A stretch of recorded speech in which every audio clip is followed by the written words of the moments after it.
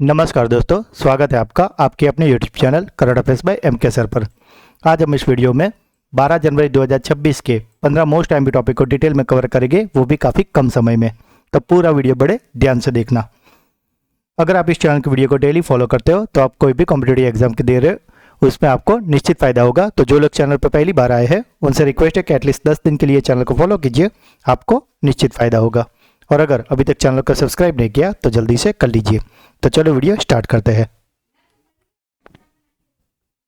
आज का पहला सवाल, प्रसिद्ध अंतरिक्ष यात्री सुनीता विलियम्स ने किस अंतरिक्ष एजेंसी से 27 वर्षों की शानदार सेवा के बाद संन्यास की घोषणा की है? तो दोस्तों, ये जो सुनीता विलियम्स जी है जिन्होंने अब संन्यास की घोषणा कर दी है और उन्होंने 27 साल तक काम किया है अमेरिका की स्पेस कंपनी नासा में। सुनीता विलियम्स 1998 में नासा द्वारा चुनी गई थी और उन्होंने अपने 27 वर्षों के कैरियर में अंतरिक्ष विज्ञान और महिला सशक्तिकरण में अभूतपूर्व योगदान दिया है। उनका आखिरी मिशन बोइंग स्टारलाइन का पहला मानवयुक्त परीक्षण था, जो कि तकनीकी खराबी के कारण लंबा खींचा गया था। भले ही संन्यास की खबरें चर्चा में हो, लेकिन तकनीकी रूप से देखे जाए तो वो फरवरी 2026 में स्पेसएक्स क्रू 9 के जरिए पृथ्वी पर लौटने के बाद ही औपचारिक रूप से अपनी सेवाएं समाप्त करेगी। वे एक महिला अंतरिक्ष यात्री द्वारा सबसे अधिक स्पेस वॉक 7 बार, वो भी उन्होंने अंतरिक्ष में सबसे लंबे समय तक रहने का नया रिकॉर्ड्स भी बनाया है। हाल ही में किस राज्य सरकार ने अपने राज्य को गैंगस्टर मुक्त और अपराध मुक्त बनाने के लिए ऑपरेशन प्रहार शुरू किया है? तो दोस्तों, ये जो ऑपरेशन प्रहार है जो कि गैंगस्टर मुक्त और अपराध मुक्त बनाने के लिए चलाया गया है, वो राज्य है पंजाब।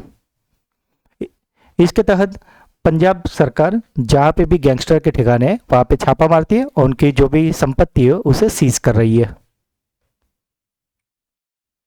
भारत के पहले हाइड्रोजन कंप्रेसर डिस्पेंसर का सुरक्षा मूल्यांकन और परीक्षण हाल ही में किस संस्थान द्वारा किया गया है?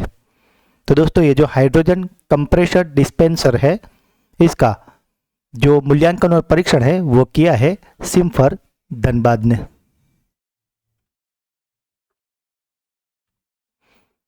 आर्टिमस 2 मिशन की पहली महिला अंतरिक्ष यात्री कौन चुनी गई है?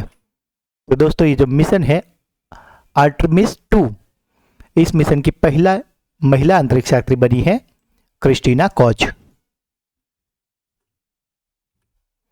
किस राज्य की कैबिनेट ने 4775 करोड़ की बेम्बला नदी पर सिंचाई परियोजना को संबोधित बजट को मंजूरी दी है? तो दोस्तों, ये जो बेम्बला नदी है कि जिसके ऊपर 4775 करोड़ की सिंचाई परियोजना की मंजूरी मिली है, वो है महाराष्ट्र में। अमेरिका के न्यू जर्सी स्थित जर्सी सिटी के नए डिप्टी मेयर के रूप में किस भारतीय मूल के व्यक्ति ने शपथ ली है?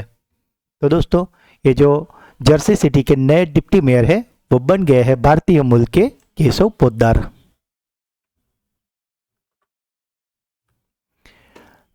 इरिडा ने हाल ही में किस देश में एक सौर ऊर्जा परियोजना के लिए अपना पहला अंतर्राष्ट्रीय ग्रीन लोन जारी किया है?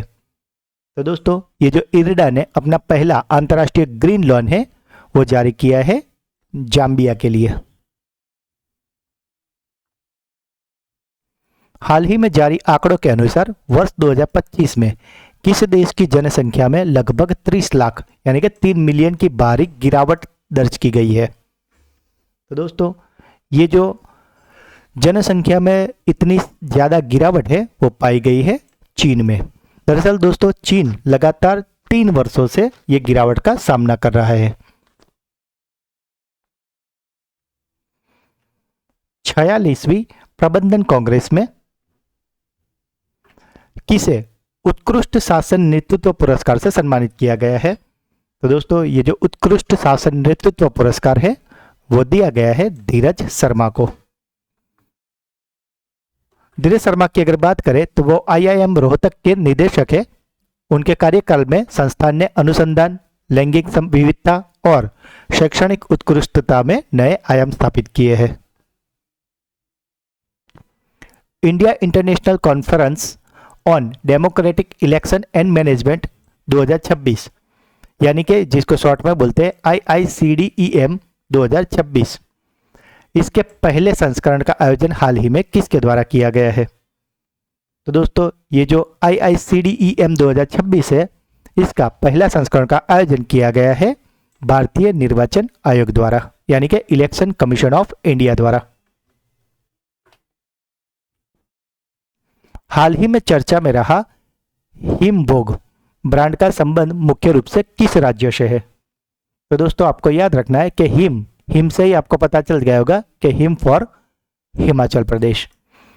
हिमाचल प्रदेश सरकार ने हिमबोग ब्रांड को राज्य के प्राकृतिक और जैविक उत्पादकों की मार्केटिंग के लिए लॉन्च किया गया है और इसका उद्देश्य उपभोक्ताओं को शुद्ध उत्पादक और किसानों को सही दाम उपलब्ध कराना है।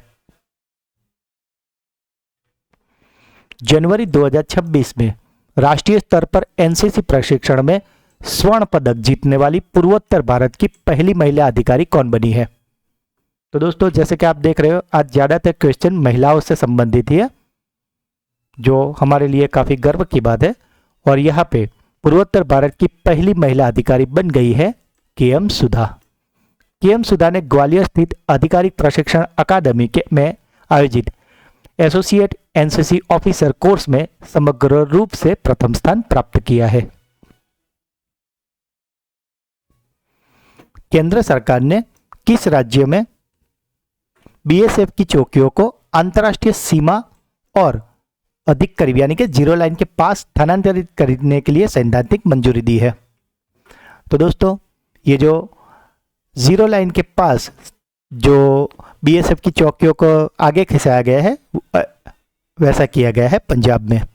दरअसल दोस्तों पहले क्या होता था कि जो भी अपनी जीरो लाइन होती थी, मान लो कि आप इमेज में देखो कि मान लो कि जीरो लाइन अगर आपकी यहाँ थी तो यहाँ से ही वो लोग फेंसिंग कर देते थे ताकि सुरक्षा के लिहाज से थोड़ा सेफ रहता था। पर इससे क्या होता था कि काफ़ी सारे किसानों की बहुत सारी ज़मीन इसमें जाया जाती थी और उस वजह से उनको खेती में भारी नुकसान होता था। अब ये जीरो लाइन के पास स्थानांतरित करने से ये जो किसान हैं उनको अपने खेत वापस मिले हैं और अब वो अधिक जगह में अच्छे से खेती कर सकेंगे। उपराष्ट्रपति CP राधाकृष्णन ने जनवरी 2026 में किसकी आत्मकथा पलानी वेलु गट्स के हिंदी संस्करण का विमोचन किया है? तो दोस्तों ये जो पलानी वेलु गट्स है, जिसका हिंदी संस्करण का विमोचन CP राधाकृष्णन जी ने किया है, वो आत्मकथा है डॉक्टर C पलानी वेल्लू की। अगर पलानी वेल्लू जी की बात करें तो वो एक डॉक्टर है और उनको एशिया में लेप्रोस्कोपिक कैंसर सर्जरी शुरू करने का श्रेय दिया जाता है। किस भारतीय बैडमिंटन स्टार खिलाड़ी ने अपने अंतर्राष्ट्रीय करियर से आधिकारिक तौर पर संन्यास की घोषणा की है? तो दोस्तों जैसे कि पहले क्वेश्चन में हमने देखा था कि सुनीता विलियम्स ने संन्यास लिया है और आखिरी क्वेश्चन में भी ऐसा ही है कि बैडमिंटन स्टार है काफी जानी मानी जिन्होंने अब संन्यास की घोषणा कर ली है और वो है साइना नेहवाल। तो दोस्तों ये थे आज के 15 मोस्ट एमपी टॉपिक। अब बारी है आपकी ब्रेन बूस्टर क्विज की, जिसके आंसर आपको कमेंट करने हैं। आज का पहला सवाल, प्रसिद्ध अंतरिक्ष यात्री सुनीता विलियम्स ने किस अंतरिक्ष एजेंसी से 27 वर्षों की शानदार सेवा के बाद संन्यास की घोषणा की है? केंद्र सरकार ने किस राज्य में BSF की चौकियों को अंतर्राष्ट्रीय सीमा और अधिक करीब यानी कि जीरो लाइन के पास स्थानांतरित करने के लिए सैद्धांतिक मंजूरी दी है? और आज का आखिरी सवाल, किस भारतीय बैडमिंटन स्टार खिलाड़ी ने अपने अंतर्राष्ट्रीय कैरियर से आधिकारिक तौर पर संन्यास की घोषणा की है? तो दोस्तों तीनों क्वेश्चन के आंसर आपको कमेंट करने हैं। अब बारी है हमारे सुपर फास्ट फ्लैश रिवीजन की, जिसमें हम कल के 15 क्वेश्चन का एक फटाफट से फ्लैश रिवीजन कर लेंगे। कल का पहला क्वेश्चन था, किस राज्य का स्थापना दिवस यानी कि स्टेटहुड डे 21 जनवरी को मनाया जाता है? तो दोस्तों 21 जनवरी को मनाया जाता है मणिपुर, त्रिपुरा और मेघालय का स्थापना दिवस, और कल मनाया गया था उनका 54वां स्थापना दिवस। भारतीय रेलवे के सर्वोच्च सेवा सम्मान अति विशिष्ट रेल सेवा पुरस्कार से हाल ही में किसे सम्मानित किया गया है? तो ये रेलवे का सर्वोच्च सम्मान दिया गया है चंदना सिन्हा को। भारत वैश्विक स्तर पर दूसरा सबसे बड़ा 5G उपयोगकर्ता बन गया है, तो पहले स्थान पर कौन है? तो दोस्तों 5G उपयोगकर्ता में पहले स्थान पर है चीन। विजय हजारे ट्रॉफी 2025-26 का खिताब विदर्भ ने किसे हराकर जीता है? तो दोस्तों ये विजय हजारे ट्रॉफी जो कि विदर्भ ने जीती है और फाइनल में उन्होंने हराया था सौराष्ट्र को। जनवरी 2026 में नई दिल्ली में आयोजित पहले नमो बुक फेस्ट के दौरान किसने जैन वी बनो और महात्मा नाम के 2 नए पुस्तकों का विमोचन किया? तो ये विमोचन किया है डॉक्टर जितेंद्र सिंह ने। प्रोजेक्ट डॉल्फिन के तहत गंगा नदी के दूसरे क्षेत्र का डॉल्फिन सर्वेक्षण हाल ही में उत्तर प्रदेश के किस जिले से शुरू किया गया है? तो ये शुरू किया गया है उत्तर प्रदेश के बिजनौर से। किस भारतीय अमेरिकी व्यक्तित्व को गाजा के पुनर्निर्माण संबंधित अंतर्राष्ट्रीय शांति और विकास बोर्डों में शामिल किया गया है? तो ये शामिल हो गए हैं वर्ल्ड बैंक के वर्तमान अध्यक्ष अजय बंगा। रक्षा मंत्री राजनाथ सिंह ने किस शहर में रक्षा क्षेत्र में आत्मनिर्भरता को बढ़ावा देने के लिए एक नई गोला बारूद इकाई का उद्घाटन किया है? तो यह गोला बारूद इकाई का उद्घाटन किया गया है महाराष्ट्र के नागपुर में। महामहिम शेख मोहम्मद बिन जायद अल नाहियान जो हाल ही में भारत के आधिकारिक यात्रा पर आए थे, वो किस देश के राष्ट्रपति है? तो वो राष्ट्रपति है संयुक्त अरब अमीरात के।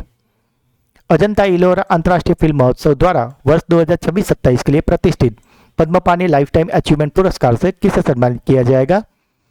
तो ये पद्मपाणि लाइफ टाइम अचीवमेंट पुरस्कार देने वाले हैं साउथ के प्रख्यात संगीतकार इलैया राजा को।